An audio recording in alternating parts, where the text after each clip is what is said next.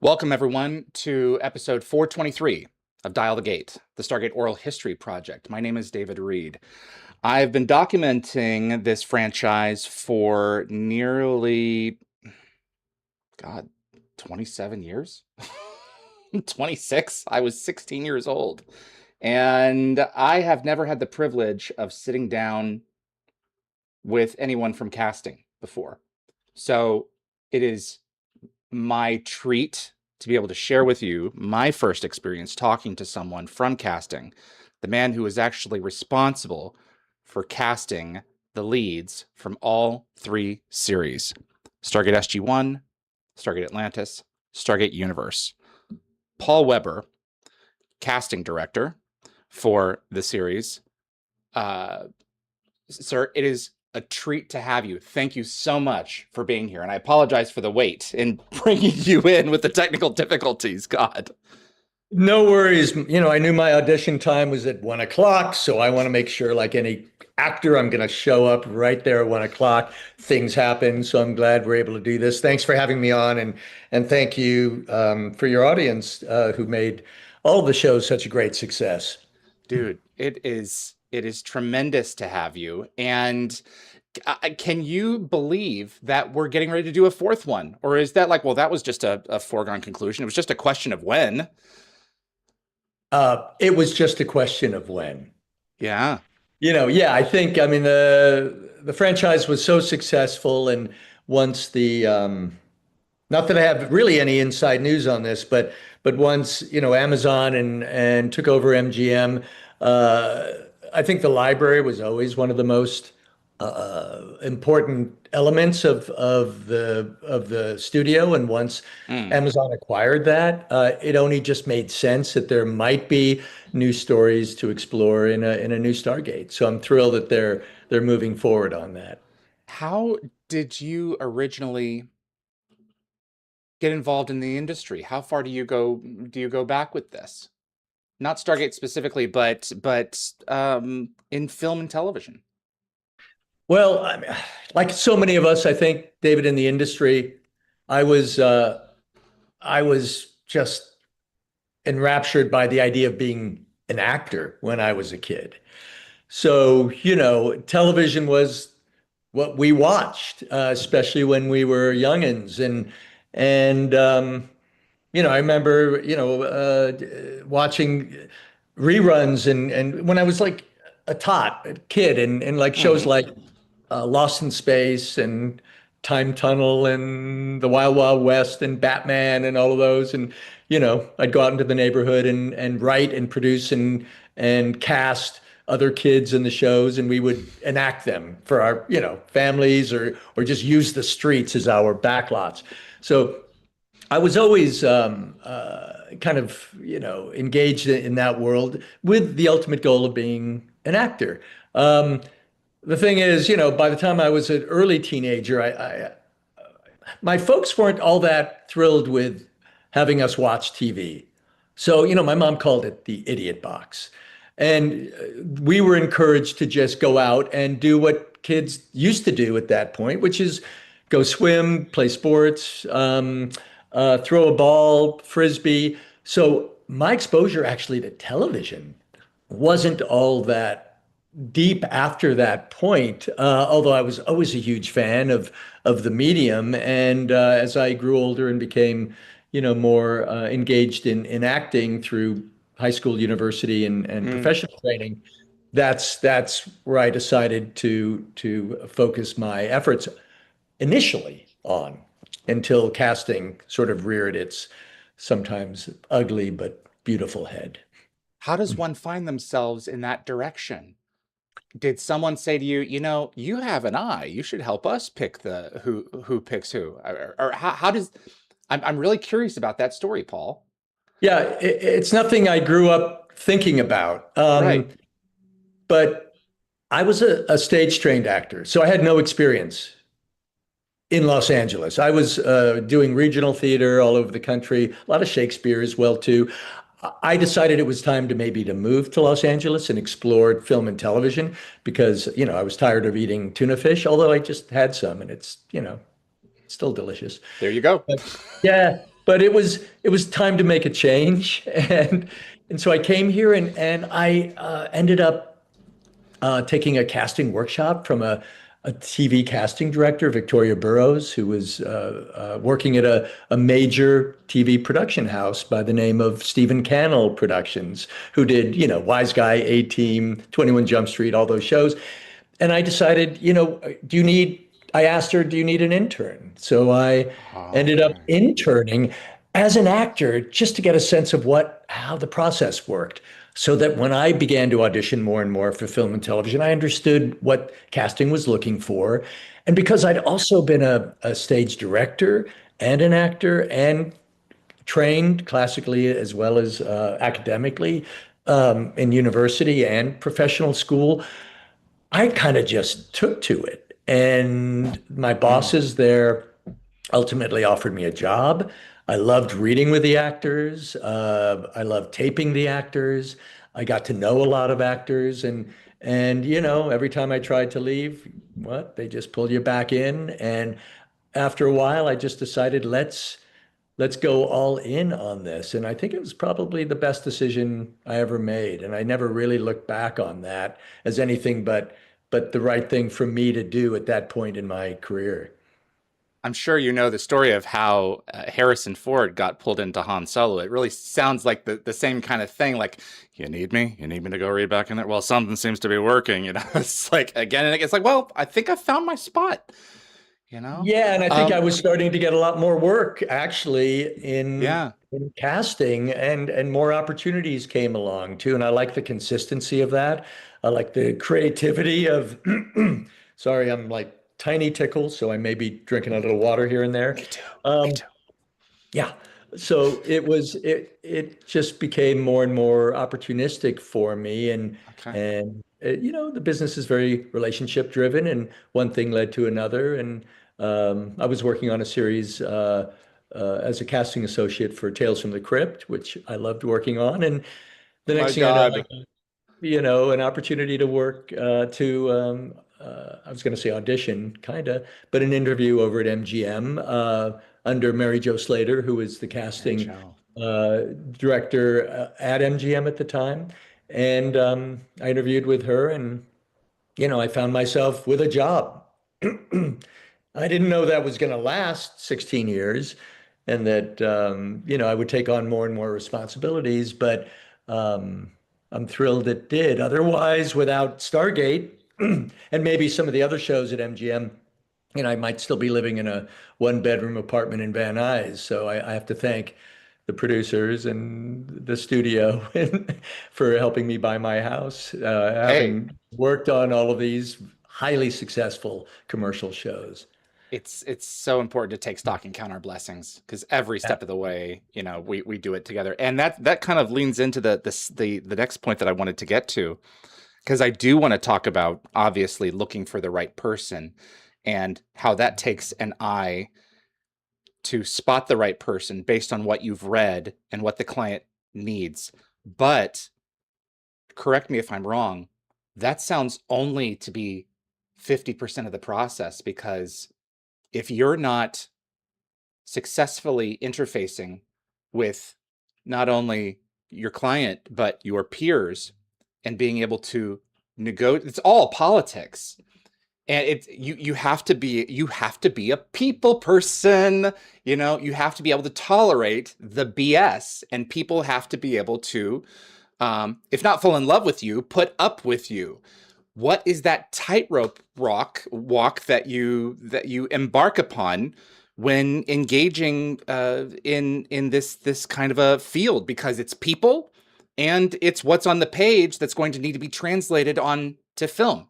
Like you have to be able to manage yourself and get the personalities to work together around you, and that's not anyone can just do that. It's a great question, David, and I hope I negotiated that fairly successfully. I guess maybe I did because I lasted as long as I did over there through a number of regimes who ran MGM. Um, I think maybe the most, and I was not just I was in the trenches as a casting director. I wasn't Okay. just a casting executive. Okay. I was MGM's guy, but I also was tasked with actually casting the shows with my associate and my assistant and my team. And my Canadian team, which were incredible casting people on the shows. I want to shout out to them absolutely. Yes, sir. But yeah, it is a tightrope, and you need to be able to please a lot of people and still, honor the requests of the producers, the creators of the show, Brad, Robert, Martin. I mean, these are just sort of masters of their craft, and they had a Right. vision. And my job was to help realize that vision, but still make the networks, which were Showtime and subsequently Sci-Fi, as well as our studio, MGM, happy that we were finding the right cast. And I, I always felt like I was a people person. I could get along with everyone. I wanted to make everybody happy, but still have a spine when it came to standing up for the choices that I That's wanted, right. but also do it in a way that was respectful to all the voices in the room, and there were always many voices in the room. You got to remember too that MGM at the time was a privately held company and the smallest of the five majors. So, like my boss at the head of production and television at MGM once told me, he said, Paul, he'd call me Weber. Weber, Weber, we're not playing with a full deck here, but it's our deck. So we didn't have all of the layers, the corporate layers that public companies and studios have, Okay.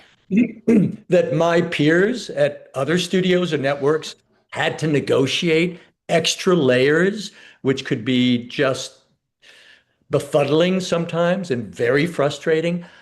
I have to say, we didn't have that many layers to work through. So we were able to be relatively nimble, and make decisions that we could get sign-offs for relatively soon.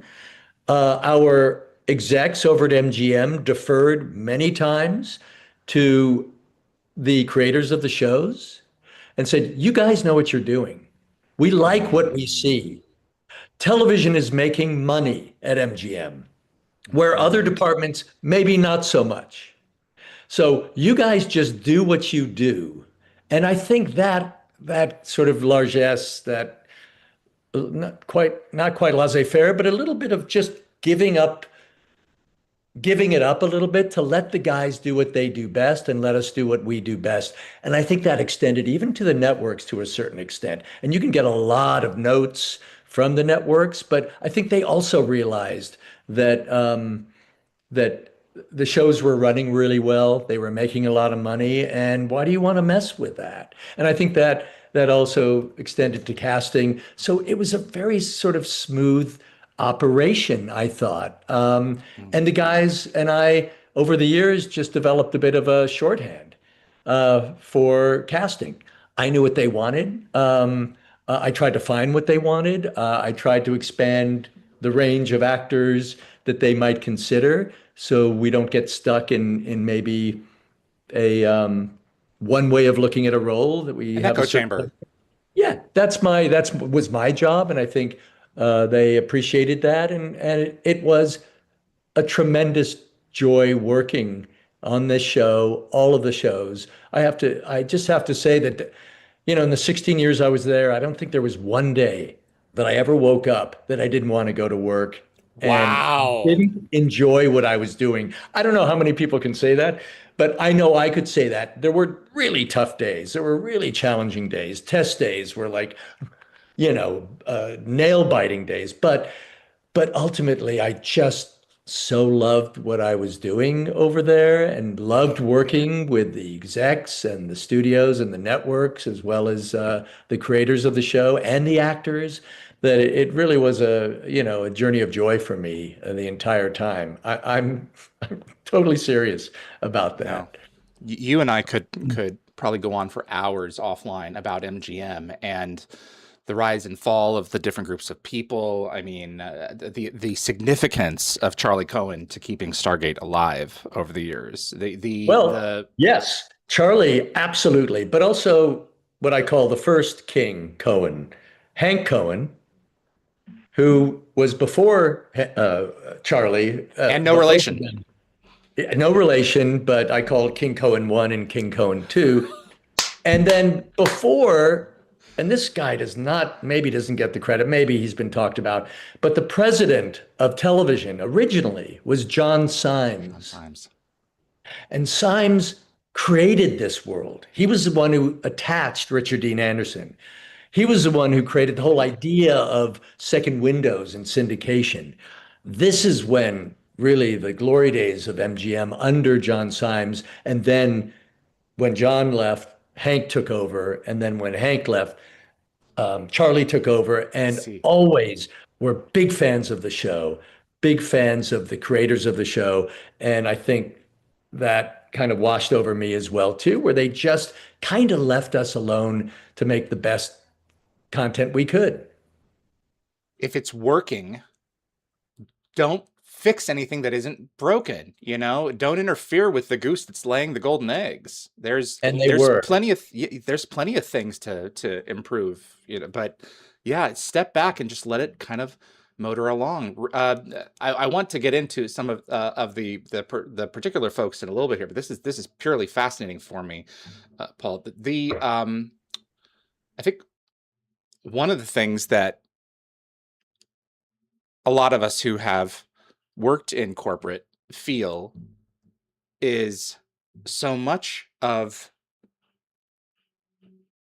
how we get where we get is who it is that we know, for better or for worse. You know, a resume can only speak so loud, but if you have someone who's like, look, I've worked with this person over here. This is a very specific job. I know they can do this thing. It doesn't have to be whatever it is, you know, whatever, you know, flipping burgers, fine, or managing whatever. Is casting a lot of who you know, and how do you find the right fit for a role? Like, where do you begin? Like, my godson's dad, we were no joke, last weekend I was in LA for his drum roll competition, and we're driving there, and he literally asked me, he said, how do they find the people for these programs? It's like, well, Sean, it's interesting that you ask. Tune in this coming Saturday. So how is that done? Yeah, that's why, thank God, I don't think we'll ever get replaced by AI, Oh because God, no. it's a it's a human, gritty, raw job, and it's very labor intensive. And the good thing about that is when you're in the trenches and you're casting sometimes multiple shows at the same time, which I was doing, especially, you know, when you have to throw on a direct-to-TV movie we're doing, or an ABC family movie at the time that MGM had commissioned. And, you know, I just get the phone call and we're going to do this. And then, oh, by the way, we're also doing this. So buckle up, you know. So once you're in the trenches, talking to agents, talking to managers, going to see theater, comedy shows, going to Broadway, you know, these shows and all sci-fi shows, I think, need a specific kind of actor, an actor who can, what I say, compete with the scenery. Yeah. It's a big mythical world these guys have created. And so I was always trying to hone in, even based on my own experience in theater, on theater trained actors, actors who really understood the mythical language that was being created, who could hold the stage with our series regulars and the guest stars that we were casting. And that was a joy as well too, because you needed to find the right actor. And because you're always looking, talking to agents, who's interested in doing a show like this? Who just came from New York? Who is new that hasn't done a lot of television that I can introduce to our producers as someone fresh? And also, who maybe has done other sci-fi shows that we can do crossovers on, which I think the team was really excited about doing more Yeah. of. And I think that not only supported our base audience, but brought perhaps other audiences into, and they understood the genre. So when you're in it every day, you're constantly having those conversations. So you learn about talent, you bring them in, you are surprised, and you find the right kind of talent that supports the kind of show that we're doing.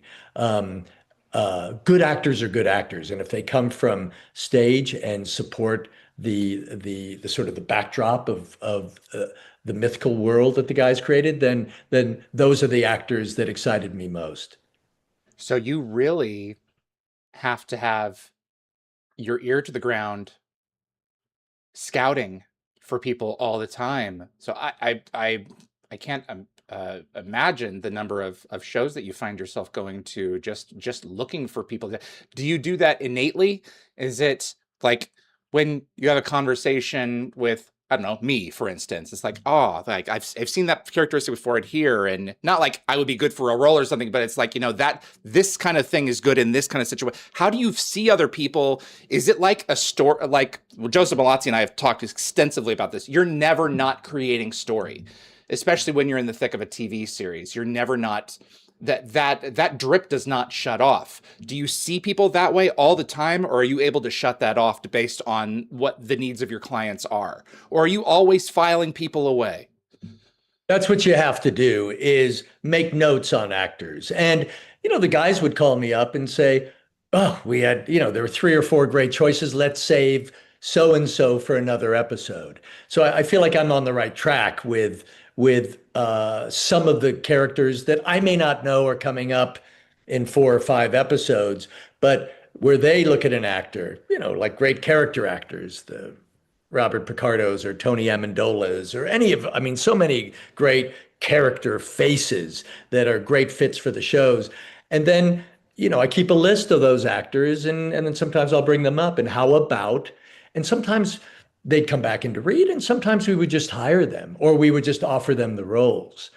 So it's constantly making sure that I'm on the same page as our producers, and honoring the material, and also trying to find new and original actors for our episodes to keep things fresh.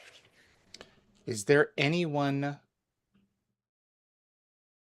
through the Stargate canon that you are responsible for bringing in? Good luck narrowing this down, Paul. That you are you really felt vindicated by. Not that others were saying, I'm not sure, but like, I really have a feeling about this person, and damn, they nailed it. Yeah, gosh. I mean, we can talk about the actors that were on the show that you would sometimes squint a little and think, really? That actor for our show? And yet they were lovely, and it was really due to the foresight and the appreciation by our producers to go, yeah, let's go there, especially in the first two Stargates, where we needed a certain sense of humor, a sensibility, a slightly comic sensibility, a sort of a tongue-in-cheek quality to some of the episodes. And I think I won't say comic book or graphic novel, but there was certainly a kind of Sure. a wink wink during at least those first two series that made me sort of reach outside and look for actors that might be right for those episodes. So, I know one of the things you said we might talk about are the actors we wish we had gotten. And oh Yes. my God, there's a huge long line of those actors because every casting director goes after actors that they're never going to be able to get. It doesn't Right. mean we're not going to try, but when I heard that Heath Ledger was maybe coming to the US and had just finished an Australian series, I thought, oh my God, I'd love to get Heath Ledger in one of our shows. And that conversation with his agent at CA lasted about 23 seconds. And he said, thank you very much, but he's going to focus Yeah. on features. And that's what we're told no. That your audience needs to realize that we're told way more often no than we are yes. by agents because we're always trying to cast up in the show and names help. But oh my gosh, I just happen to have a list of some of the actors that we did bring on the show, which I'd almost rather talk about. Can I read you a few? Be my guest.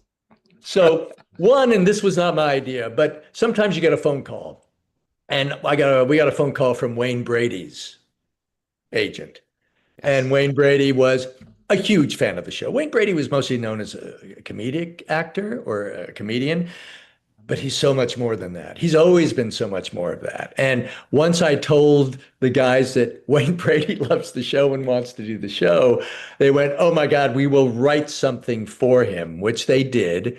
And Wayne had an amazing time. So it's not always me thinking, "Oh, what about?" Sometimes they come to you, and on commercially successful shows like Stargate that have legs, like especially Stargate SG-1 had, and to a slightly lesser extent, Atlantis, they come to you once in a while. But then you're also looking for actors, and that's where actors and crossover actors, and I'll read a few because I don't remember all of them, Be but my guest. your This is audience candy does. for us.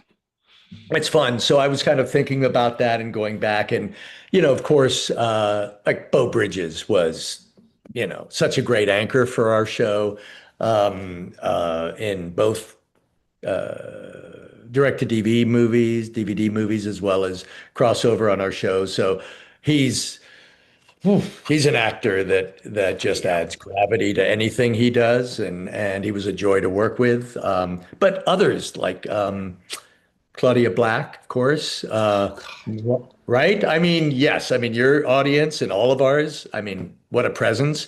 What a Morena unique back. talent. Morena. Morena. Yes. Now, she was just an up and comer back then, and she's just exploded like many of these actors, move on to do other series and shows. And Morena, I was able to work with even in other projects down the line because she was such a great catch. And sometimes you don't always know that at the time, but they established themselves. And, Isaac Hayes, William Devane, Robert Picardo, of course, Ricardo. Henry Gibson from Laughing, right? I mean, think about that. Willie Garson, rest his soul, uh, right? Man, Sex and the City. never knew anything about sci-fi and was perfect for it. Well, you guys know. I It's a mean, look and it's a temperament and it's a yes, cadence and it's yes, just he works. he He's just just worked. magic. There's a John Billingsley, who is a lovely actor as well too, was another one. And Love John and I John. did theater in Seattle. So when I thought of John Billingsley and great actors like John Aylward and all that just came from the Seattle stage and then migrated to LA, I would go to those actors as well too. And John had already established himself as a character actor. Ronnie Cox, Lou Oh Gossett God. Jr., Tony Todd, Tamlin Tomita, Dom Oh, DeLuise, Michael Rooker, Fred friggin' Willard, Fred Willard. Grace Park, James Earl Jones, the voice, Yeah. Jules State, Connor Trenier, Mitch Pileggi, Robert Patrick, Dave Foley, Danny Trejo, Lou Diamond Phillips, Danny. Victor Garber, one of my favorite stage actors of all time. And I saw him not long ago and reminded him he did the show and he had to think about it. He went, "Oh my gosh, yes." So, and then of course, at some point we can talk about our final Stargate, but what a fantastic cast for that show, I have to Uh, say. oh, So there you go. I unchallenged. mean, that's a It's sample. and I'm glowing because of the luck that we had with these people. And it's a self-fulfilling prophecy because Brad, Jonathan, Rob, Joe, Paul, Martin Garrow, these people were making great TV that people wanted to be a part of. Christopher Judge just recently came on and talked about the fact that Lou Gossett's kids were fans of the show. And not to go into too great detail on it, but like you would have actors who would who would in some cases come on for less pay because this was something that they wanted to make work, and this was something that they wanted to do for their families. This was something that this was their appointment TV, and they wanted to Yes. do something for them. Yeah. And That's cool. less pay was music to our studio's For ears, of sure. course. There were limits of what we could pay actors. And yeah, it really helped when there were fans of the show. But I also tried to sell the show this way, like a William Devane or a Ronny Cox or any of our recurring regulars, actors that were highly respected character actors who might think twice about maybe doing a genre show. I would say to their agent, all they need to do is 2 or 3 episodes. And if they want, they can go to these conventions and they will have an annuity for years to come. So you may say, yeah, they're not going to do that. Or, I don't think they'll ever do that. Guess what? They did.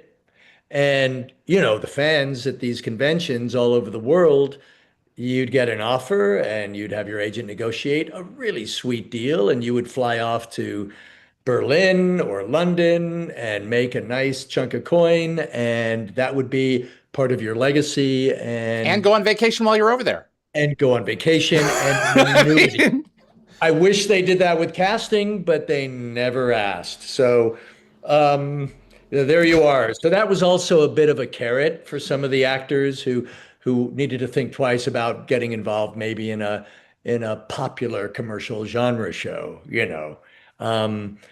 So yeah, well, we did whatever we needed to do. So I was unabashed about that. absolutely. No, you brought up a name that crossed a couple of the lines already on my sheet over here with some fan questions. I can't believe we're already 35 minutes into this thing. That list is exceptional, and I'm wondering if we can pluck one of them out. Ronny Cox. I just rewatched Total Recall for the first time in ages. The man is magic. God, he can play villains. And what a sweet guy. You give him a stringed instrument and he's just off. It's like, where's the dictator from Mars? Where's the Omni Consumer Products mastermind? He's not there. Do you recall anything about bringing Ronny in as Senator Robert Kenzie for this season 1 episode that's a boardroom episode? It's a clip show. Is there I love that actor. I there's you can't say enough good things about him. No, and that's exactly the sweet spot of actors that I was looking for, whether they would play variations sometimes of what they'd played, but more ideally, if they were able to play offside of some of those characters.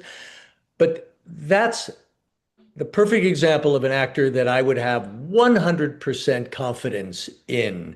And I don't always hear about these things of what happens on set.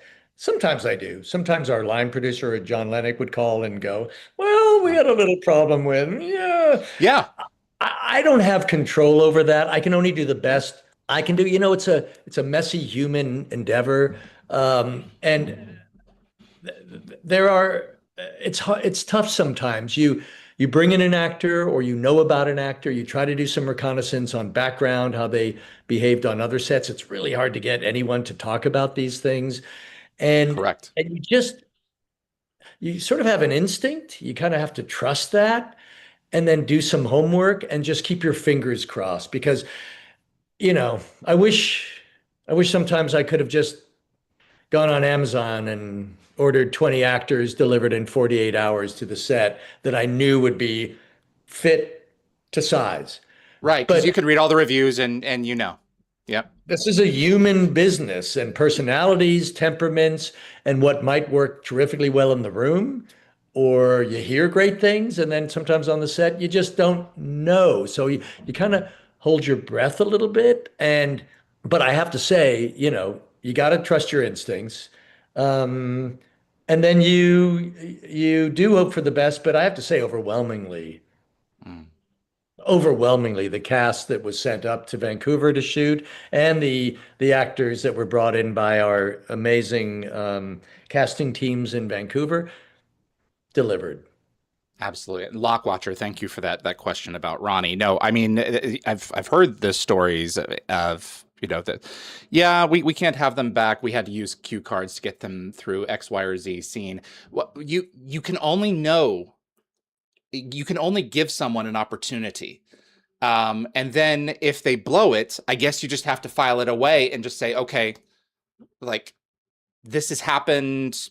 I hope that they work. Like, if you have, I'm curious, Paul, without getting into specifics, if you have a show that has a negative experience with an actor, do you document that so that you always have that information on file, or do you just throw caution to the wind and say, well, better luck next time with them? Or what's your process if you have a complication with someone not doing the job that you've put your neck out for to do? What's your process internally for dealing with them in the future? Well, there are two sides to every story, right? Yes, sir. And you work for the studio, you work for the producers. You take their side because it's their show, it's our show. However, once in a while, you'd get a call from a manager and go, you know what? This was just challenging for them. I'm not saying on Stargates, I'm saying on In general. shows. And this is what happened. And so I always try to hear both sides of the story. But I tell you, if there's a bad experience in the audition room, and I've had a few with actors who were sometimes very, you'd recognize their names who came into audition. Sure. And I'm saying about movies and other shows we did. Yeah. And it didn't go well, and there was some bad behavior. Life's too short. I would never bring that actor in again. I just wouldn't. There are too many great actors out there. And if they had a bad day, I don't want them to have another bad day. And I don't want them to have a bad day on the set. So we can only say yes to one actor. We have to say no to everybody else. So I'd rather make sure that the actors are always, in top form and delivering not only the best audition, but perform in spite of any challenges or obstacles on set and are able to rise to the top and get the job done. And those are the actors that I want in every show that I cast. Casting is purely subjective. You have you see something in someone. It's like, okay, let's do. I'll never forget Danny Trejo appearing in Atlantis. It was like, oh my God, this is a powerhouse. And he wasn't, in my opinion, he wasn't there nearly long enough. The names that whole franchise got, it's just nuts. We were so blessed. So, I want to start getting into some of the specific players a little bit here, but before I go a little too deep, I just wanted to make sure. Oh, this is an interesting question for you. What do you do when your instincts turn out to be wrong in a choice? Is that just, hey, you know what? I took a gamble on this person, and this just wasn't the right. This didn't fit as well as I thought. And how do you correct for that again, or are you never wrong? My instincts are never wrong. Not that I would ever admit to it if they were. I think that sort of harkens back to the last question a little bit. You kind of just sometimes have to take a flyer. And especially on a new talent, someone that hasn't had a lot of experience, which is the best part of my job, is breaking someone brand new. And, an example of that, we could jump to the universe, but, an actor like Brian J. Smith, who didn't even have his union card. He was brand new, and I could talk about that origin story with Brian, but that's what I like to see. And you just get a gut feeling. And when it comes to casting series regulars, it's even more important. Because these are characters you're going to live with for 10 years. I mean, we didn't know right. Stargate was going to last 10 years, or that SG-1 would, and that Universe would last 7. And frankly, I'm disappointed that Universe only lasted two. But you never know until those actors are on set, and you have to cast with the idea of, are these characters going to continue to grow and engage your audience over 10 seasons? Are the creators, and that's their job, are they going to be able to continue to deepen the character storyline and keep the actors engaged in their roles as well as the audience engaged in their journey?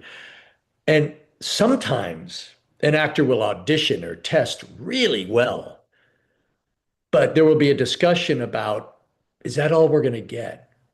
Is that all we got? Do we just get that performance, or are we going to see more from that actor? Do they have the well of the depth to be able to bring up more and more? And part of that is going to be the responsibility of the writers and the creators of the show, writing for them. I remember hearing from um, uh, Chris Judge, about Mhm. that he had sort of help create a deeper storyline for his character, and he was able to do that. So that's a constant process. But I need to feel in my gut like this actor is going to be able to keep finding deeper and deeper wells within the character. And that will engage the audience, that'll engage the storylines and the other actors. And that's where you have a successful show. Let's not bury Brian. He's uh, someone who's an extraordinary talent.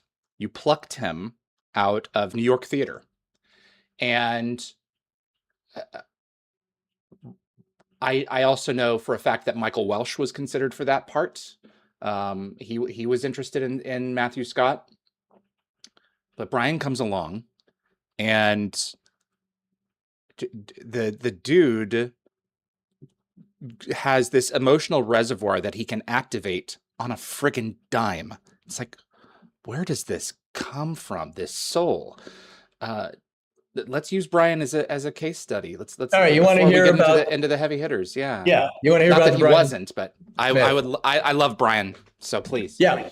I mean, so we have to go back a few years before Universe was cast. I went to a Juilliard showcase. Yes. Brian went to Juilliard. I would always go to these. That's another place I would find actors. I would go to the big showcases of all the top universities and the arts schools. Brian was one of the few actors that I said, that guy, I need to get him in one of our shows. He has leading man, especially the traditional white at the time. Mhm. It's a whole nother conversation. Leading man role, character, faces, and a muscular, very just engaging personality that was slightly mysterious at the same time. And I thought would be great for television. I wasn't so sure about him as a feature actor. And that's a strange thing that our little heads go through, where some actors feel like they're the best fit for television, others feel like they're a better fit for film, although now there's so much crossover that has certainly changed quite a bit. So I called Brian's agent. Uh, he didn't have an agent. Sorry. He lived in New York in a walk up with a couple other guys working in a restaurant or a bar, I think. And he came in for a general meeting with me. And I said, I really loved what you did. I know you're out of Juilliard. Are you considering coming to LA and looking at television? And he looked at me and said, thanks so much. I'm really not interested in doing television right now. And of course, he's a theater Juilliard actor. He says, I'm gonna stay in New York and focus on theater. Tick tock, tick tock. 2 years later, Universe comes around. There's this lead role as a series regular. And I find out Brian is at Innovative Artists, an agency in New York. And I call my good friend, Bill Valoric, who's his agent over there. And I said, last time I met Brian a couple years ago, he wasn't interested in television. He wanted to do theater. I could barely get the sentence out before he's interested in television. Because think of it, you're a theater actor. I don't know, you go to Juilliard, you work, but you don't work all the time. You got roommates. It's expensive. You're in a walk up. All of a sudden, he's starting to think, you know what? Maybe I should look at TV and film. He didn't even have a Screen Actors Guild card. And so I said, let's put him on tape. And I didn't show the tape. It was very good, but I didn't show it to the guys. He was sort of in my back pocket as I went through other actors as well. And then gave notes, had him retape, all sort of under the radar. Ah, Because he was my guy. you want it I to wanted work. that success story. That's right. I wanted that to happen. So because what a great gift it is to, as a casting director, to bring someone brand new up that no one had ever seen before, who was a trained actor, who knew how to audition, who knew how to create depth within the roles they were given, who learned instantly how to scale performance for the camera. Not every actor from stage can do that. Brian was very adept at that. What we do is we have toward the end of the casting process, and they wanted to see Brian for a test. I get all the actors in the room at maybe Universal Studio or one of the hotels, Hilton or Universal in Studio City, and I work with them before the test, each of them separately. And then Brian came in. He had no money. I mean, I had to loan him cab money. He didn't even get his per diem sent to him in a timely manner. So I had to spot him some cash, and he was staying at his manager's house. And he worked. We worked on the scenes together, the test scenes. He came in, and like any great stage actor, with an audience of 15 or 17 executives in that room, which would scare anyone to death, he just delivered. And he got cast, and he went from making nothing to making something. Yeah. Something, believe me, every episode. And it was just one of those stories that I love to tell because that is kismet, luck. I don't know. If I'd never been to that Juilliard showcase, I might not have been aware of him. And it would have been someone else, probably great in the part. But I'm really glad that it was Brian who got his union card as a series regular on our show. There, that's a great story. Thank you so much for sharing that, because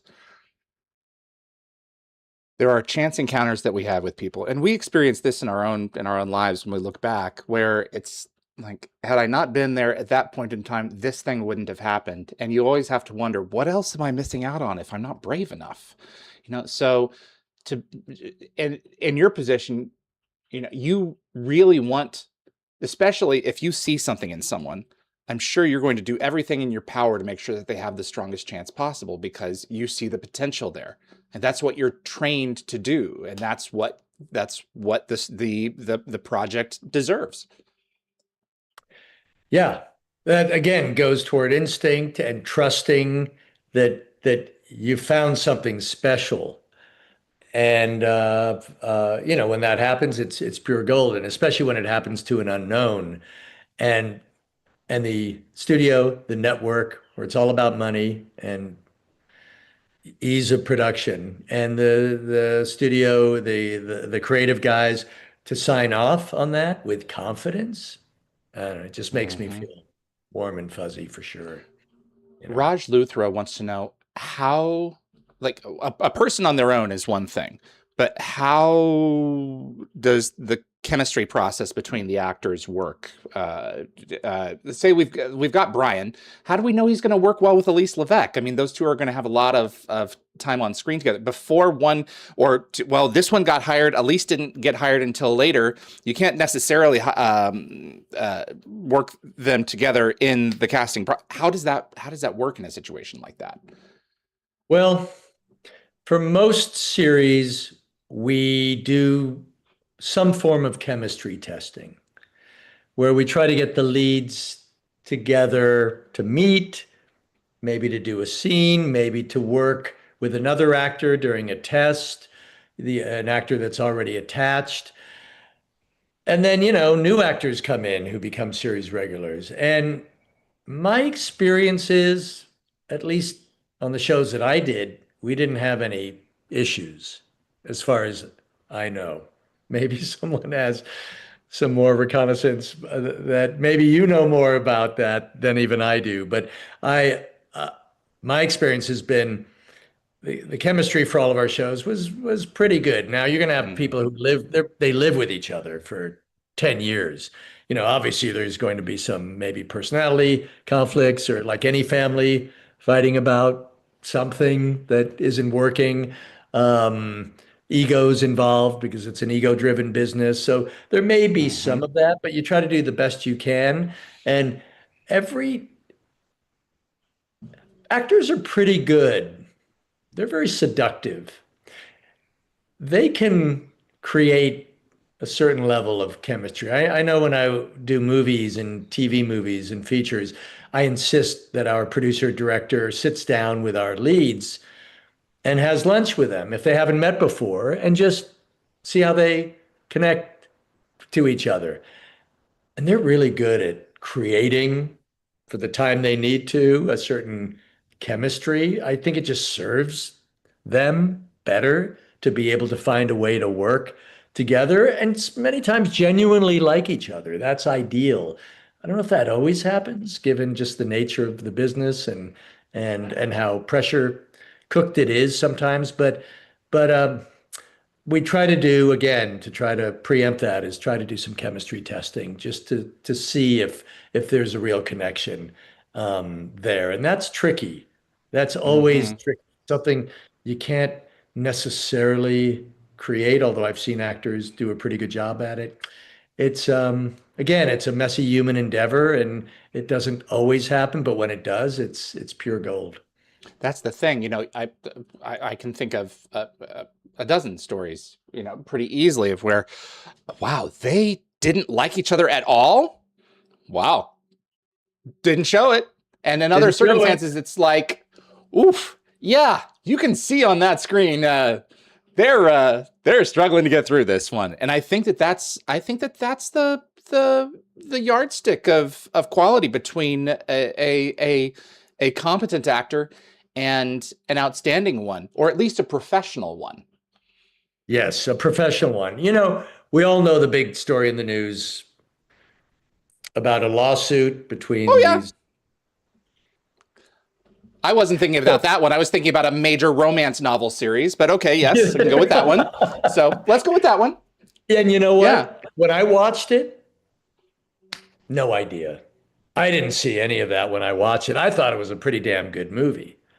I don't And know I what you're talking about. know I know the actor pretty well because I used to bring him in all the time. And I actually cast him in a movie. Delightful.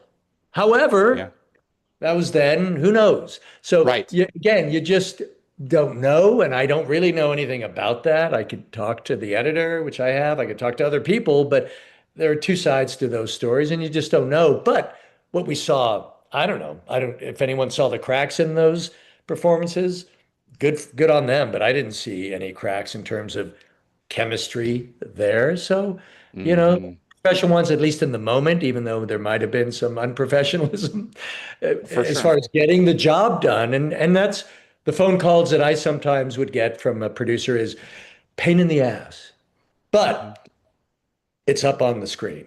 I mean, the That's right. delivery is on the screen. So I can live with that for 10 days as a guest star. And I'm talking specifically like a show like The Outer Limits, which was a Yeah. star-driven anthology that I did, that I had to attach names every week to. Once in a while, you'd get, a challenging personality and but inevitably it would be it's up on screen and that's all I care about. That would be a line producer telling me that. And that's my job. That's what I do. That's what I have to do.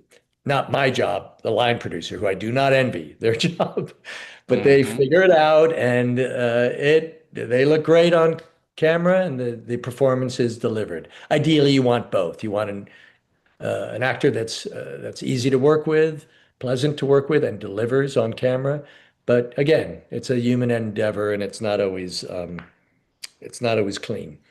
Well, I don't want to go too far afield, but I love what I'm hearing in terms of, look, This is a people business. People are fallible. They mess up, they screw up. Sometimes they have bad days. Sometimes they fall on their face. And then sometimes you have to turn around and take a chance on Robert Downey Jr. and saying, okay, here's what we're going to do.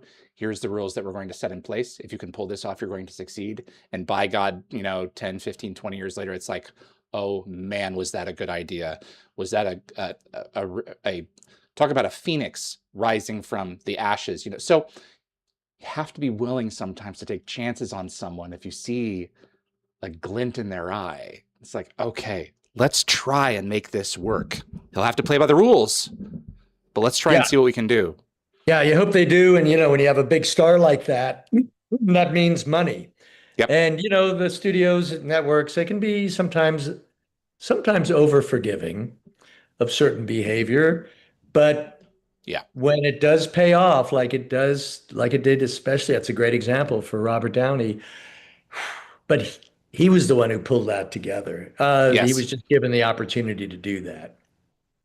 And maybe last opportunity to do that, maybe one more. And he knew it and was able to pull up the suspenders and deliver.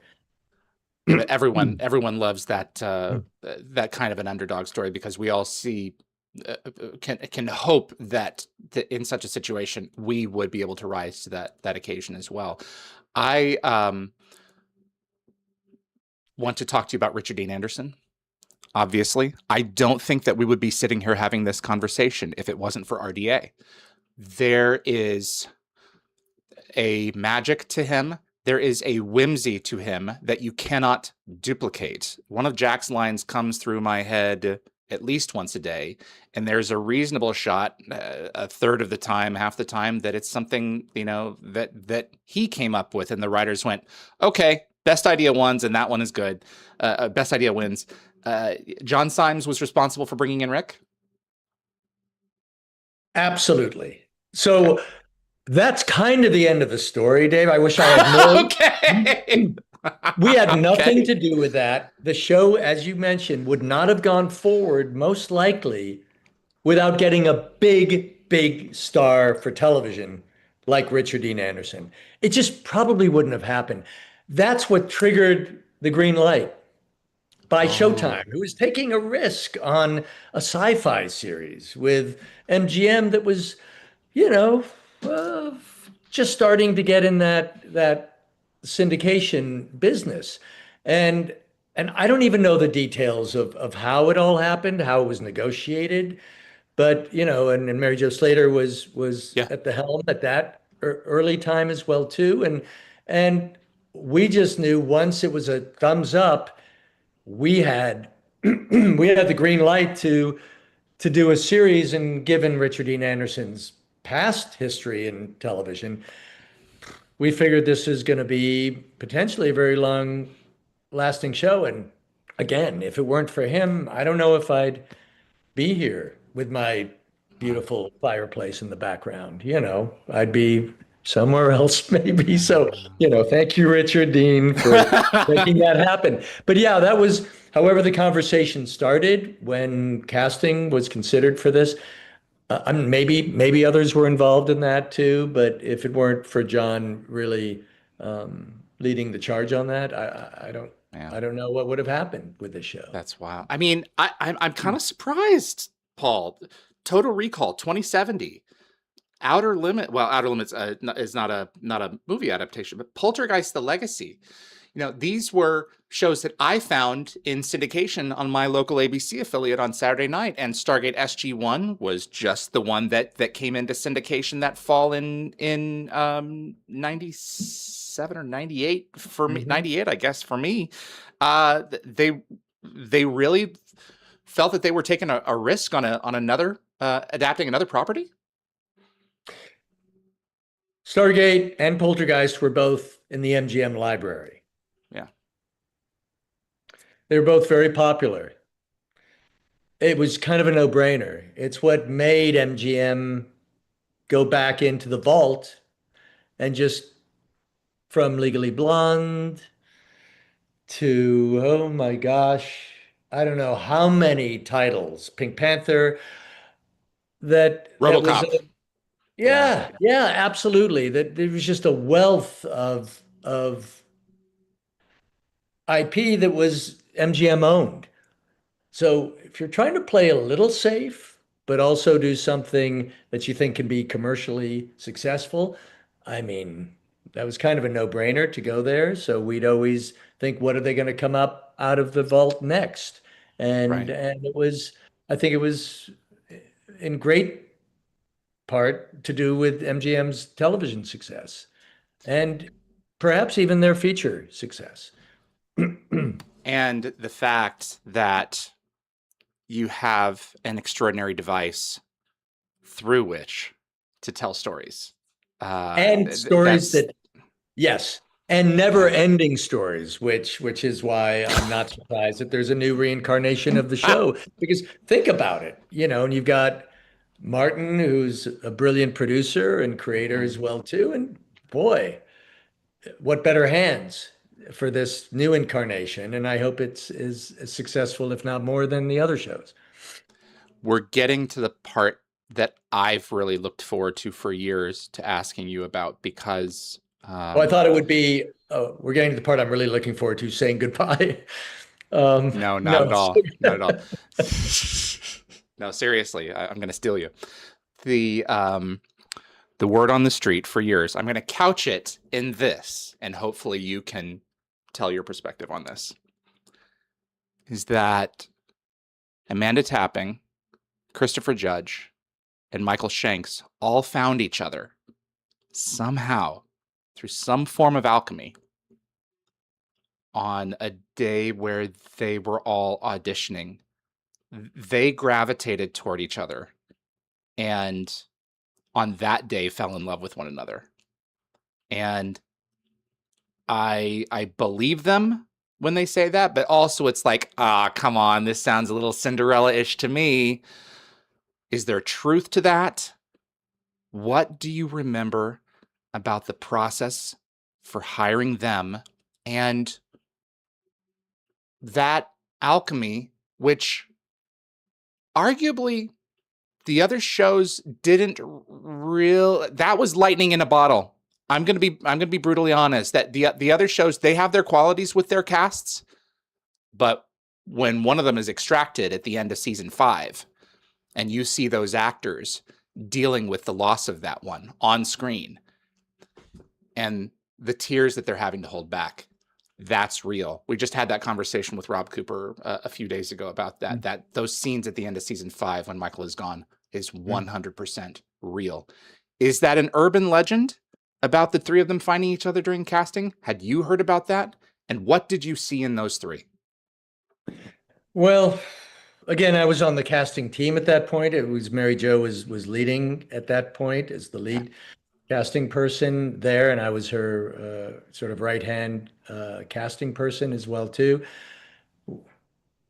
So I'm not sure I can speak to that. I just knew that there was a real connection between those actors, and you're right, there is a certain alchemy there. Um, uh, we're lucky. We were lucky, All of us. for us, we had to find for Daniel Jackson, now the kind of actor again who was slightly reminiscent of a James Spader, kind of a visual sensibility and intelligence, sense of humor, and Michael as a Canadian actor, because again, this is interesting. We had to try to find Canadian actors ideally for some of these leads. Hey, Yeah. We just, it was the nature of the business and sure. the production and the tax credits and everything else that went into Yeah. part of that. And luckily, over the years, Canada's produced some of our best talent, and I'm very grateful that they were homegrown, partially through some of these shows that were shot there. Um, so Michael was kind of that guy. Amanda, kind of the Oh man. same, you know? And that they had a chemistry delighted by, like we can't always plan on that. And you know, it always comes down between one actor and another when it comes to tests, because we're going to test two or three actors for the studio. And it just went Amanda's way. The other actor was lovely. could have gone that way, did very well subsequently, but Amanda made a career out of this and catapulted to the next big thing for her too. And same with, and they were both Canadian actors. Christopher was not Canadian. That was a challenging role because, I mean, look at Chris. I mean, he's such a presence visually. Exactly. And again, the guys wanted someone who was visually a powerful presence in the role of Teal'c, where we could look, and we all wanted someone who was exotic as well too, and had a voice and a physicality. The same that we went with Jason Momoa for the next one. Mm. But for Chris, we needed that sort of, I don't know, graphic novel visual there that just registered.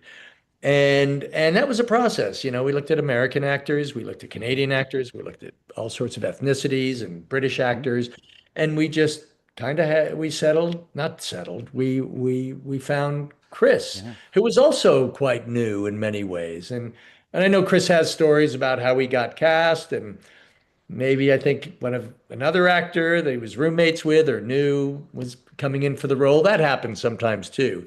But however, shoot, almost 30 years ago, Dave, this happened. I'm not sure I remember every single detail. I just know that I was thrilled that, the team was able to find the right actors and that there was a chemistry produced between them, between all of them.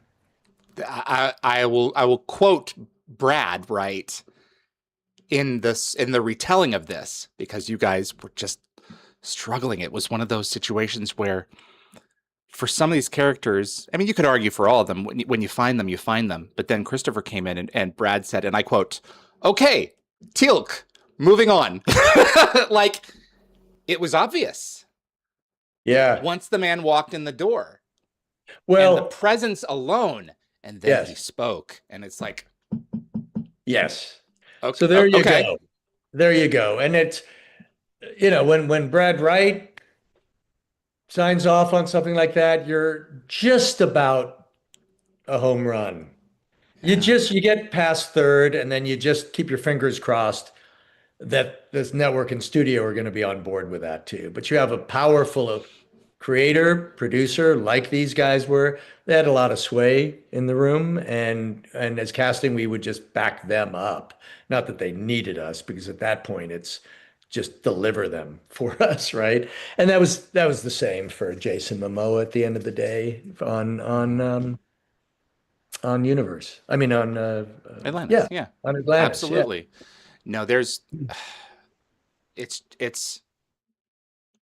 God, it's such a process, Paul. I mean, it's like, how many of these can you juggle at the same time? And it's how many downs do you have to get on each of these before you can actually achieve a touchdown? I don't know how you keep it all straight, because you're not just working on one franchise at a time. Yeah, yeah. What's tough is when you're testing at the network, and the network tells you to go back and keep looking. And that's highly disappointing to the studio who signed off, because the producers sign off first, then the studio signs off. Then we have to go to the network, who actually is paying for the show. They're airing it. That's right. That's their money. They have the final say. It's their baby at the end of the day. It's their coin. They do. So for them to come back and say, keep looking, then we have to go back, and we had to do that a couple of times, and we almost had to do it for Atlantis, but I think that ended up going pretty smoothly. Jason was not a slam dunk, by the way. He was for us. Oh, Say yeah. more. Okay. Don't you hold out on me, Paul. I won't, because what the hell? Here we are. Oh, he's just extraordinary. He's extraordinary. And not everyone's going to realize that. And a complicated guy. So let's be honest, but again, like Brian, wells of depth. Yeah, but at the time he was just pretty green and Yeah. pretty new and hadn't had a huge amount of success yet. He'd He done had a good some, tan. he got a great tan because he was on a series in Hawaii for a couple of years, one of those Baywatch kind of series. Kind of series. But when I looked at how the roles were written, Yeah. Jason Momoa, for the role that became Ronan, by the Yeah. way, I don't know. I'll say this. I remember watching the MGM movie Ronan and thought, wouldn't that be a great name for this character? Because he wasn't named quite at the time yet. Hmm. I'm not sure there's any debate about this, but I remember mentioning this. How about the name Ronan for this character? And the next thing I know, he was in the script. So, my tiny contribution, maybe. That's how I Maybe. remember. And Brad said, I recall him telling me, we wanted someone dangerous. That was the note that we got. Very good. And the thing was, I didn't have anyone else. I didn't have anyone else in mind. It was always only Jason. He was the only guy that I could think of. And we auditioned so many. And bless their hearts, I brought in a few guys in to test Yeah. that I just knew weren't going to be the guys, but I just was biting my nails and my toenails off thinking it Mhm. has to be Jason. They have to approve him. So, and I remember, Jason was a bit nervous for the test. Yeah. He'd never done anything like this before. And the day of the test, I remember him coming into sci-fi and I met him at the outside at the lobby and he was nervous. And we had gone over his scenes and we wrote for him. We didn't write a huge amount of dialogue yet because it served the character not to. His presence alone. And to the credit of the guys, they said, we love this guy. We will write for him. We will build out the part. But the strong silent type for the first couple episodes will serve us just fine. Let him get his sea legs. So when we had him test, it was a edited version of the scenes. I just wanted him to be who he was in front of this team of executives. And the power of his physicality and presence alone, and just a look from him would be enough. Now, he left the room, and I'm sure the network takes credit for casting him. But at the time, it was a conversation to get the network to sign off on Jason. Now, of course, now, oh my God. But back then, is he strong enough? He's a little green. Do you think he's ready? And Brad, all the guys, the studio went, absolutely. We will do what we need to do to make sure this guy delivers the way you want, but he is absolutely the guy. Any lesser producer, anyone who might have been more influenced, and these guys were, they had strong points of view. They created the show. Again, they had huge sway, and the network bended for this. But I was Wow. so friggin' nervous. So that's They how it bent goes for Jason sometimes. Momoa. Yeah. So thank God it Hindsight's worked. 2020, man. Yeah. And over the years, you never know what's going to really happen with an actor because Jason is so specific visually as well too. But I mean, that's a huge success story. And and way before Game of Thrones, he did Stargate Atlantis. That his speech in Dothraki should have won him an Emmy. Hmm. I mean, Yeah. Hmm.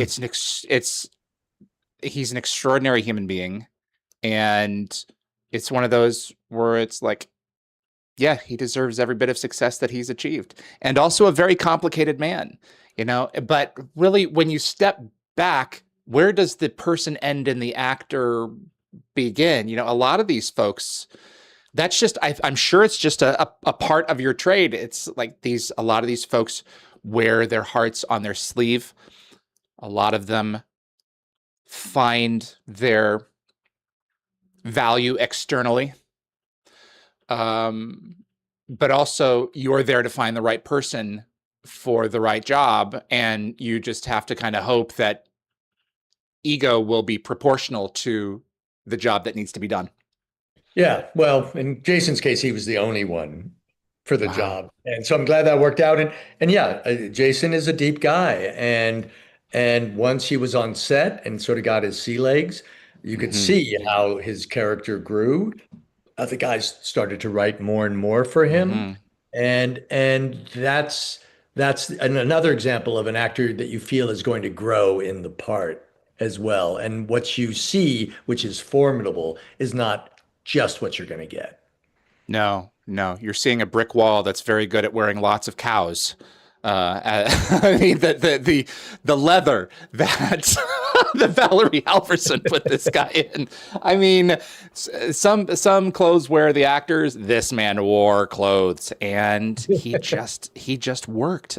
And it's very interesting because you astutely brought out the fact that it's the network's money. They are the ones who are doing 2, 3, 4 million an episode um, in the mid aughts to pull these things off.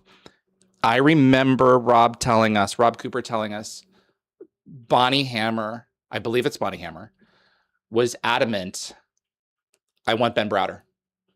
Give me Ben Browder. I'm not negotiating on this. Like, find a way to make it work. Which you don't want to let the actor's agent know about that in terms of negotiations, but it's like, okay, we're going to find a way to make this work. And my understanding was, correct me if I'm wrong, he was considered for Shepard. Um, I believe Dylan Everett at the end of season 1, played by Clayton Landy. I believe he was considered for that role as well when he came in the Siege part 2, and then Mitchell came along. What do you remember about Ben? And am I right about that story on Bonnie? Yeah, I mean, the few conversations I personally had with Bonnie, who I respected enormously and still do. She knew what she wanted. Yeah, we knew what she wanted. We couldn't get it to work with the schedule. It just Oh, because of Farscape, I think there were conflicts there. But ultimately, we got Ben Browder. He did 40 episodes or whatever, and we had to kind of look elsewhere. That would have been a slam dunk, would have made my job a lot easier. But then we had to try to find the other guy, the next guy, the guy who felt like he could still deliver that kind of toss off, devil may care, charismatic performance that Ben just had in his bones. And so with disappointment, we had to sort of go back and try to find the guy for that. So as much as any executive or any creator wants an actor, I can't tell you how many times our first choice, we just don't get our first choice. And actors will, and sometimes, with great movies like Casablanca that Ronald Reagan was supposed to do, thank oh my, God we didn't go with our first choice. They didn't go yeah. with their first choice there. So sometimes, mostly, it works out just fine, and most people will never know that except in footnotes of, film and television history. Um, that's just our job. We're told no, like I said, we're told no a lot, and it's heartbreaking sometimes, and you just got to move on. Level with me. Are you told no more often in sci-fi? Were you told no more often in sci-fi before Comic-Con became all the rage and Marvel and everything else? Yes. Was there a stigma that it's like, look, I'm not like Stephen Mocht was famous for saying before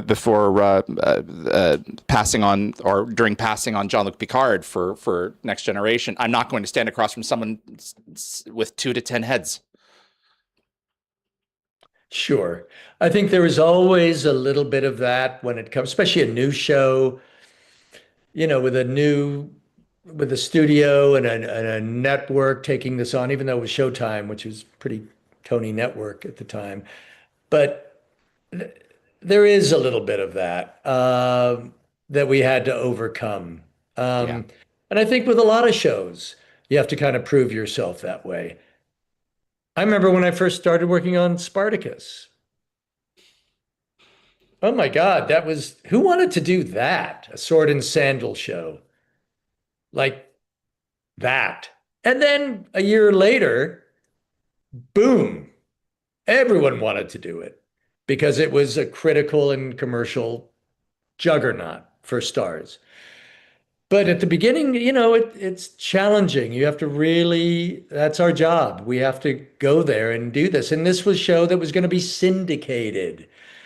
So there's all that kind of baggage sometimes that comes with a syndicated show, even though, and a cable show. That's At the true. time, it was networks ran television. This isn't a network show? What does this mean? So yeah, I'm not saying it's specifically sci-fi, but you guess who's doing the new Star Trek? Holly Hunter. Hmm. Oh God. Yeah. So come on, that we've come a long way here, In many respects. No, I Yeah. recall one of my favorite lines from the whole franchise is by Rick in Wormhole Extreme, across from Willie Garson. Willie says, "Oh no, the show, it's based on your Stargate program. Don't worry, Martin, it's on cable."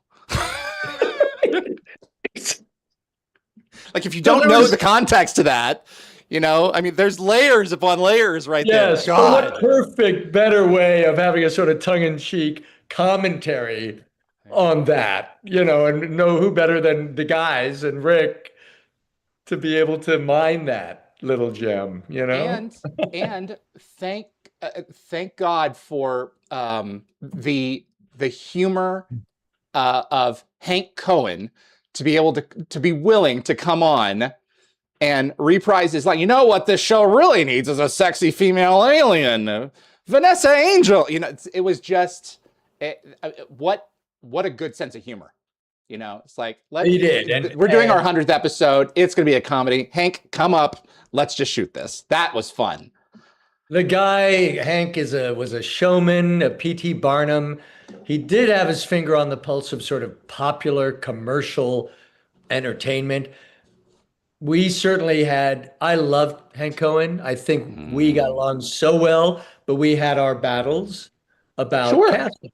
Oh my gosh. I said, just because he said actors need to have passed the Ventura Boulevard test, people need to know who they are. I went, Oh, yeah, really? No, I get it for some of the characters, but what about somebody new and someone original and fresh? And what do they look like? So you it have to was a find lot of people. that, but I won some of those. We won some. And then Hank is the president of television, Yeah. and you can't screw with the success. He had a very good instinct. But yeah, we had, that was my job. And I always got on the phone with him and we would laugh about it, but we would get into it. And sometimes he'd let me have my way. And so I had to say, let me prove it to you, Yeah. and then other times he'd go, no, we're going this way. And that was hilarious that we sort of send that up in that episode. You can't die on every hill, can you, Paul? There's a certain amount of goodwill that we all keep track of in our minds when we have those negotiations that we're banking with each individual person, that we can say, look, you were right on this over here. Over here, I think I'm right on this one. And there's a reason that I'm in this job. There's a reason I'm on the phone with you and you're not on the phone with someone else. Would you consider trusting me on this? And just praying, please God, let's get them in Yeah. here and work on the audition together, because we believe in them and we want them to nail this because they deserve to. They're that good. Yeah. And Hank, oh gosh, I mean, and Charlie was great. All those guys were Mm, wonderful. But, Hank was in there in the early days after mm-hmm. John, and he was just so much fun. to work with. I never felt I'd get a phone call from him, Weber, come up here. I want to talk to you. I would never be shaking. It would always be something Yeah. that we would have a great conversation about. And Yeah. he would yell and, but in a Yeah. good natured way. And I would stand my Passionate. ground and I'd go, okay, you're the Yeah. boss, but next time. And that's just the way we work. So that's why I had a great time almost, I think, every day that I walked in with all those guys because they were That's just right. a joy to work with from the executive suite, to the creative offices, So lucky me to have Right. had that time with these great people to work with. Tell me about Charlie Cohen. Oh gosh, Charlie was, I don't know if he was reluctant. He was the next guy. And he was sort of, he was on a different side of the business. So he wasn't necessarily, I don't believe, coming from the creative side to run the television division. May I insert something before we continue Yeah, about Charlie? tell me, 'cause I don't I've want met to, him twice. yeah, Um, I don't want to stick my foot in my mouth on he that. he we talked. I think probably the last time was at the Universe uh, Mingler above the Solomar in San Diego for Comic Con, and he said every morning when I start my day, I do two things. I log into my fantasy baseball uh, page. It was before it was apps, before phones, not really.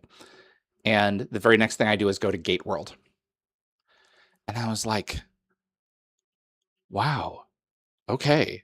Like this guy is a fan. Like this guy loves the show. He's not just it's not just a business for him. This is his entertainment. And we were so fortunate, to have that. I was always surprised. I will never forget that story. We were so lucky. I mean, Hank was a huge fan of the show, but Yeah. Charlie, you're absolutely right, was a fanboy. And he was also inheriting a successful franchise. So he loved the guys. He rarely, if ever, interfered in our casting process. He trusted us to cast. So that was one less layer of an executive that we had to struggle with because Charlie was just, he was all on board and he trusted the guys to create the kind of stories that he loved to watch. And that abacus was ringing up money, money, money for Yeah. television, right? And that made him happy because he was a money guy at the end of the day as well, too. And this was his Stand back, job. let it do its thing. Yeah. He just let a good thing happen. So I love Charlie for that. I mean, it also made my life, and I'm sure the guy's life, much easier as well too. And he would always be very supportive, very complimentary. And he made that level of the studio, which was really the only level I had to please, frankly, was the head of television, the president of television, the sign off from one of those guys to move forward with cast. And then our next hurdle would be the studio. I mean, the network. So yeah, I mean, Charlie, absolutely. I would do anything for either of those guys to this very day. Mm. Yeah, and I would suspect that, in that situation, if he has a red flag, it'd be one of those things that be set up and take notice. It's like, okay, he doesn't normally do this. What's let's see what we're going to address here, because this is obviously important. Yeah, and you have to be a bit of a diplomat. You're an executive, and Hmm. sometimes you get a note from the network. Some of Hmm. those notes were absolutely they were important notes to consider. I mean, there were smart people over there at the network as well too who knew the show, and had other ideas or had different ideas or additional ideas. So, I'm sure an executive who is at the studio where we are talking about a network being the ones who write the checks, you got to listen to that, and we all have to listen to that. And when those moments came up, we would absolutely need to make adjustments. But if they didn't come up, we just business as usual, and Charlie and everyone signed off, and we chugged along, creating a lot of hundreds of episodes of popular TV. Another question from Lockwatcher.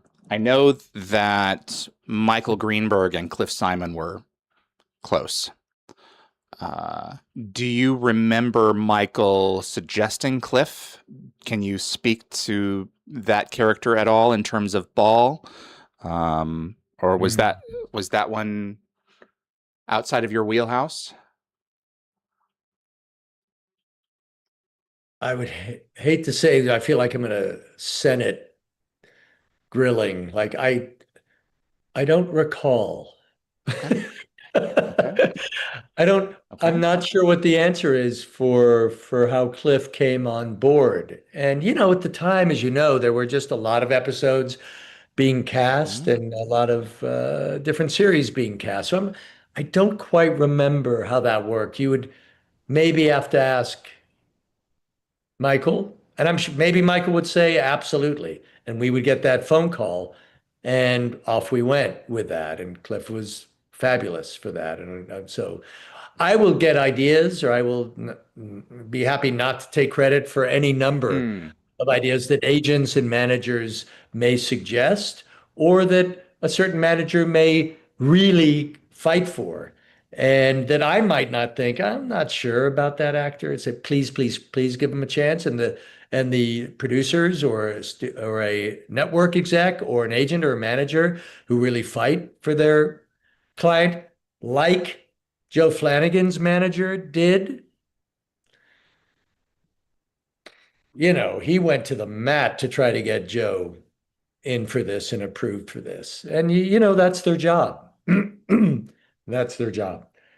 I don't love when they go over my head on these things and talk to somebody else. We don't, casting doesn't love that. We prefer to kind of handle that, but sometimes they do. Were you out of the loop on Joe? No, because we did bring Joe in. He was one of the actors we auditioned, but his manager really went really went 100% for him to push him along. And that's his job. That was their job to do that. Why And they does his manager? What about any of the other choices, managers? I mean, why? What is so unique about that? I'm curious.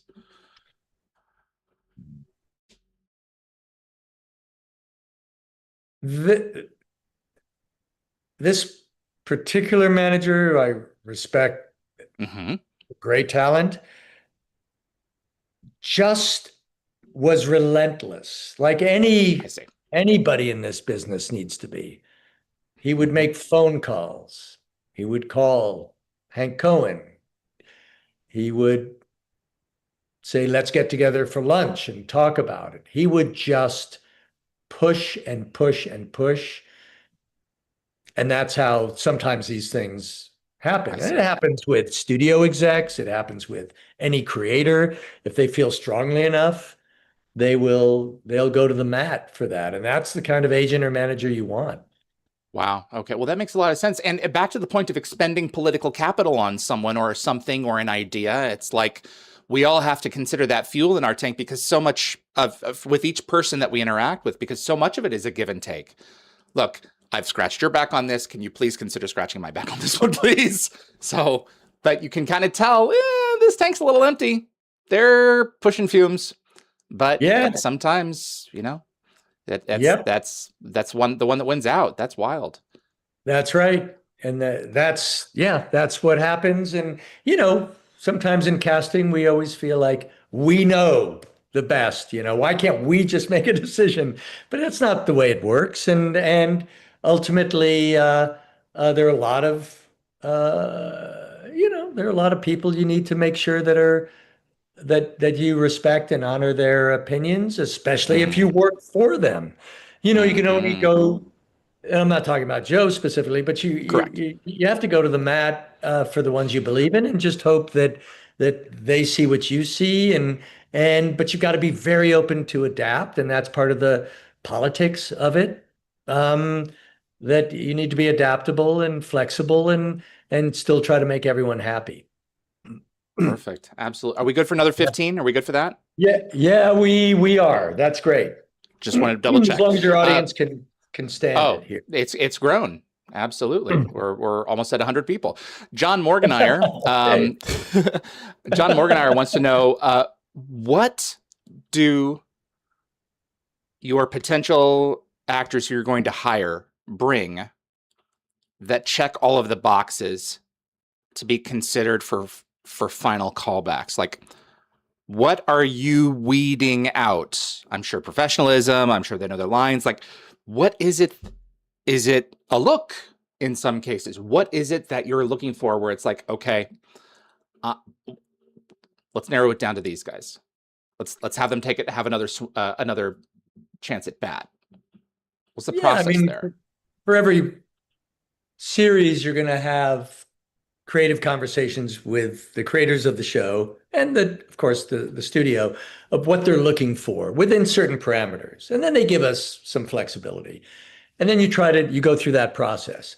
And then for casting, which producers don't see, we do our first series of calls. It's not, we don't want, they've got scripts to write and locations and everything else. This is our job to weed out and find the very best actors we can who are available, who fit the roles within a kind of a broad spectrum of the vision of the characters, and push the envelope where we can. And the process is come on in to read or submit a self tape. And then the next level is come back again. It's a series of callbacks. So I look Oh. for a level of consistency, professionalism, Ah. personality, ease of connecting with the actors. And I, having been an actor and directed for stage, and also just have a lot of experience with actors, understanding process because I studied so much of it, to be able to make them feel comfortable in the room, give them notes that hopefully allow them to spread their wings a little bit more in terms of how they play the character. And then after I feel secure about that, then I introduce them to the studio and our producers. They sign off, hopefully, on some of these choices for the roles.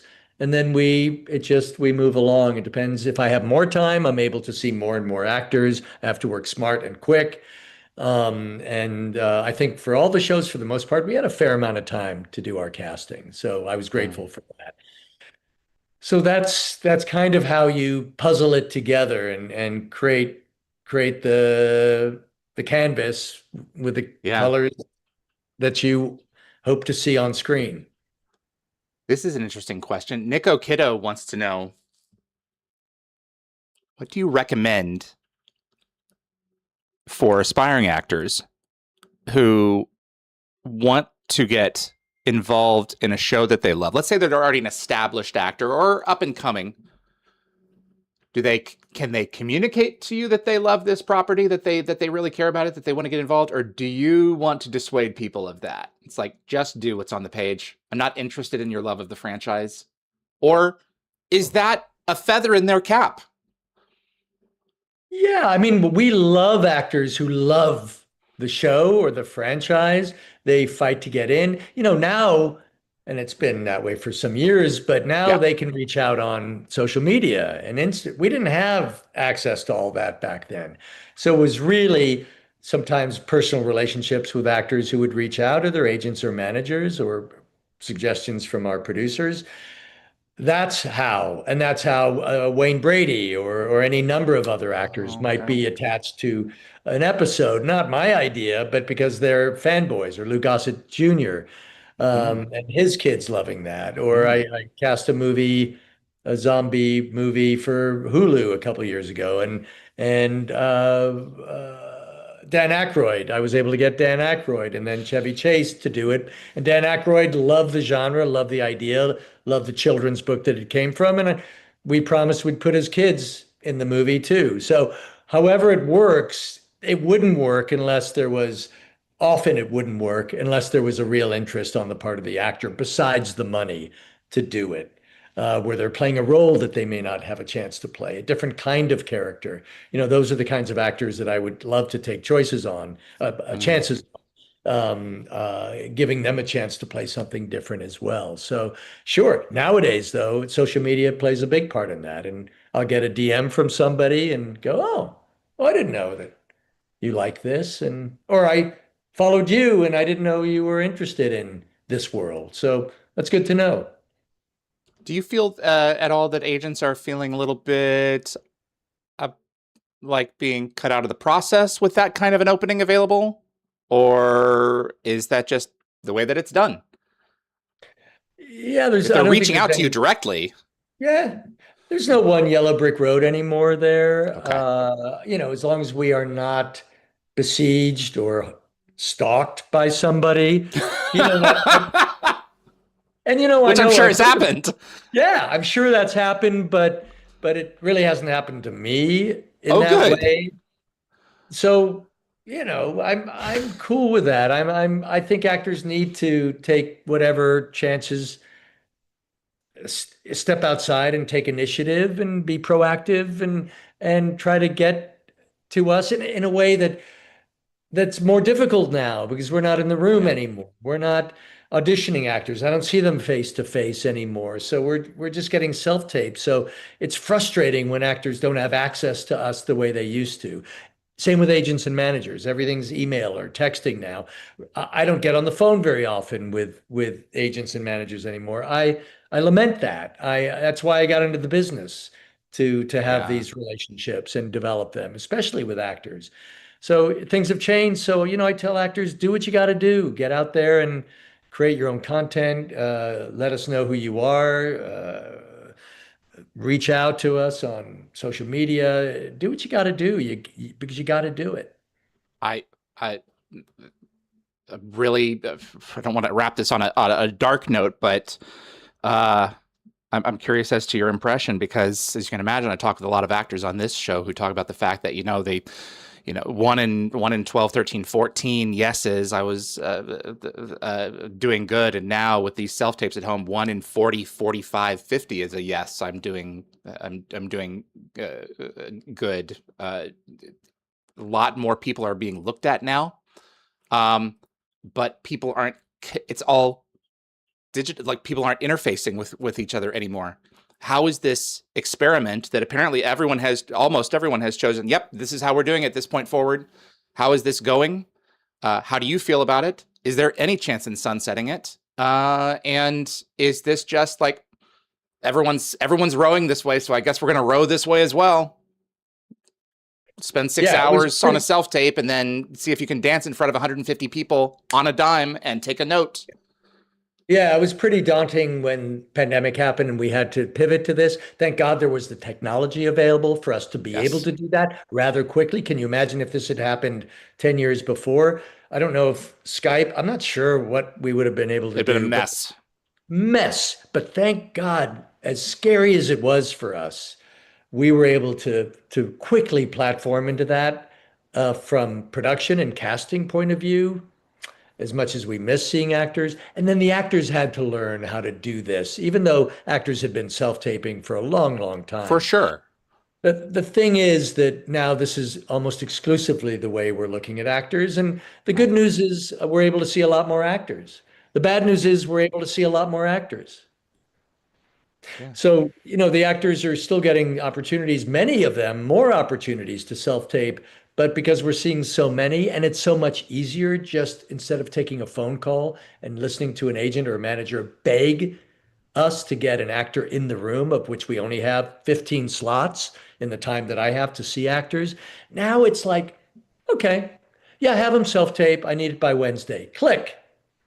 Okay. Then they go to their talent. They go, you got to call. You can self-tape, get a coach, do what you need to do. So I know when I work with actors as a coach, as an audition coach, and when I travel and teach all over the place like I do, I try to stress to actors how important it is for them to create the best effective self-tape that they can possibly do because you're competing against so many actors who are doing really good work on self-tape.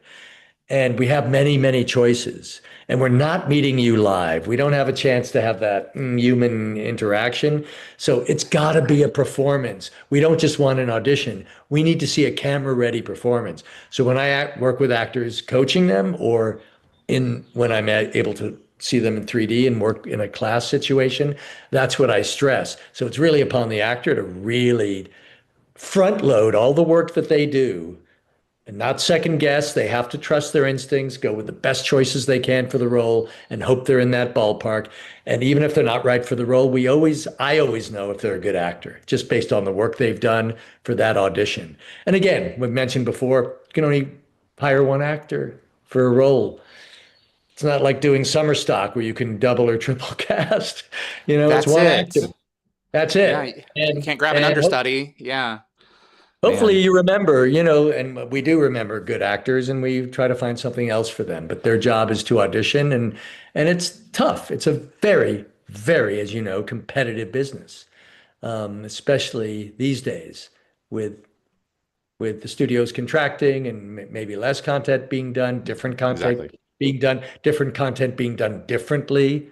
Yeah. These vertical shorts and small docu, all of that, which has given actors a great opportunity. I know we're going off on a tangent here, but No, you're it's not. given It's actors, it's the reality. yeah, it's okay. It's given actors an opportunity, especially non-union actors, to get a foot in the door. The way actors used to do soaps, now they're doing these, and Mm. a lot of them. So without those, I would really be hurting. I think we'd all be hurting if we didn't even have that opportunity, where new talent can be discovered doing this new kind of content. So I always try to look at more of a silver lining, the brighter light, even when it comes to AI, knowing what we're dealing with out there, but maybe giving filmmakers an opportunity to make their $30 million movie that would never get made, and they Hmm. make it for 10, maybe because of AI helping out. I think there's something to be said for that these stories are maybe being able to be told a different way at a price that will be greenlit. I can't tell you how many features I've read that never got made because their budgets were too high. Yeah. Well, Flanagan once said to me, like, so much of the best stuff just doesn't get made. And it's interesting, it's the knowing what we're dealing with that is intriguing in terms of this new frontier. It's the not knowing what we're going to be dealing with that truly scratches the back of my head there, because it's like we all just have to hang on and continue to believe in each other, because if we don't, we're Yeah, lost. and tell great stories, continue Great stories. and that's what makes the world go round. And the industry for over 100 years has had major upsets, and we all know what those are. And we thought that would be the end of it. And sure enough, it was the beginning of something else. We get through it. Yeah. Paul, thank you. This was a pleasure. So insightful. I cannot thank you enough, and I'd love to have you back. Yeah, if there's anything else we have to talk about, if your fans want to hear some more, I'd be happy to come back. This was really so much fun. This is really the first time, really, I've had a chance to go down memory road here a little bit. And I had to actually do Thrilled. some research and go, oh, that's right. Your question, I forgot about that. And so thank you for these very insightful questions. And thank you for the questions from the viewers as well, too. And it just makes me so happy that there's still an interest in the show, the way that you've been able to continue carrying the ball on this for Oh, it's so my many. pleasure. It's Yeah. it's it's been an absolute pleasure for myself and for Darren and Gate World, and we're it feels like we're just getting started again. It feels like a new day is dawning on this thing, and I'm thrilled to be able to have you as part of the project. So thank you. Thank you so much. We'll We'll see you, in the next galaxy. So, galaxy, So that's right? exactly right. You'd be well, Paul. All right. Take care. Bye-bye.